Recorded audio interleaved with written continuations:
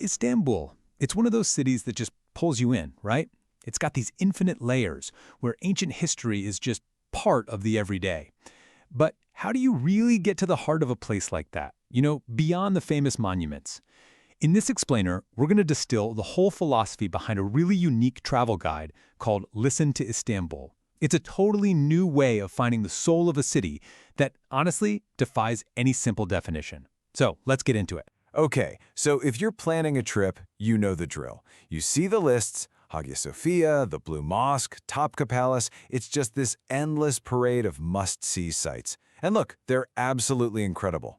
But if all you're doing is racing from one to the next, you can end up feeling, well, overwhelmed, and maybe even a little disconnected from what the city's really about. It's a feeling pretty much every traveler has had at some point. You're standing in front of something world famous, but you get this nagging feeling that the real city, the living, breathing part, is happening somewhere just around the corner.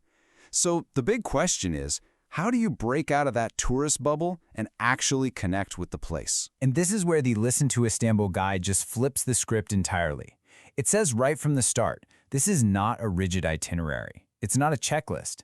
Think of it more like a friend, a companion, that's there to help you find your own way through the city. So what's the solution to that feeling of being overwhelmed? The guide suggests something kind of radical. It's not about trying to see more. It's about learning to perceive more. It's about shifting your focus from just looking to truly listening. So what does it actually mean to listen to Istanbul? It means using all of your senses. It's about hearing the clink of tea glasses in a tiny courtyard, the shouts of the street vendors, the low hum of the ferries crossing the Bosphorus. It's about picking up on the city's pulse through all the life that happens between the big monuments. The great Turkish poet Orhan Veli Kanık just captured this feeling perfectly. I mean, listen to that. The rhythmic beat of hammers, the smell of sweat. His words invite us to find those sensory details that tell the city's real story, the story of its work, its people, its soul. That's what true listening is. Now, this whole philosophy is fantastic, but let's be real. To feel confident enough to just wander around and listen, you need to get the basics sorted out first. So let's build your practical starter kit so you can explore without any of the usual stress. First up, money.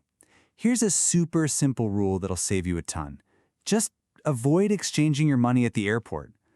The rates are almost always terrible. If you absolutely have to, just get enough to get into the city. Then, find a bureau de change or Dova's office and make sure you find one that advertises no commission. Your wallet will thank you. All right, next, your absolute key to the city, the Istanbul card. It might look a little confusing, but it's actually dead simple. Just look for one of these big yellow Blitmatic machines you'll see at metro and ferry stations. Pro tip, use cash. The card readers can be temperamental. You buy the card, then you just pop it right back on the scanner to load it up with credit. That's it. You're ready to go. Okay, with those tools, you're pretty much ready to roll.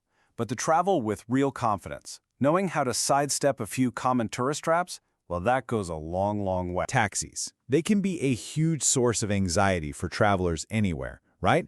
So here are 4 quick tips. 1, the second you get in, say, taxameter lütfen. That means taxi meter, please. Make sure it's on. 2, use an app like Btaxi or Uber to book your ride. It helps avoid any fare arguments. And finally, know where you're going and be aware of any big toll roads on your route. And here's exactly why knowing those tolls is so important. Some drivers might try to, let's say, creatively inflate the cost. Just look at the Eurasia Tunnel toll, for example. It's more than double during the day than it is at night. Just knowing that one little fact, maybe even having a screenshot of the rates, can save you from getting ripped off. Okay, finally, you've got to know about this classic street scam. It totally plays on your instinct to be a good person. Someone accidentally drops their shoe shine brush right in front of you. You help them pick it up, and they're so grateful they insist on a free shine. But in reality, it's a setup. They'll tell you a sob story to guilt you into paying way too much for a mediocre shine.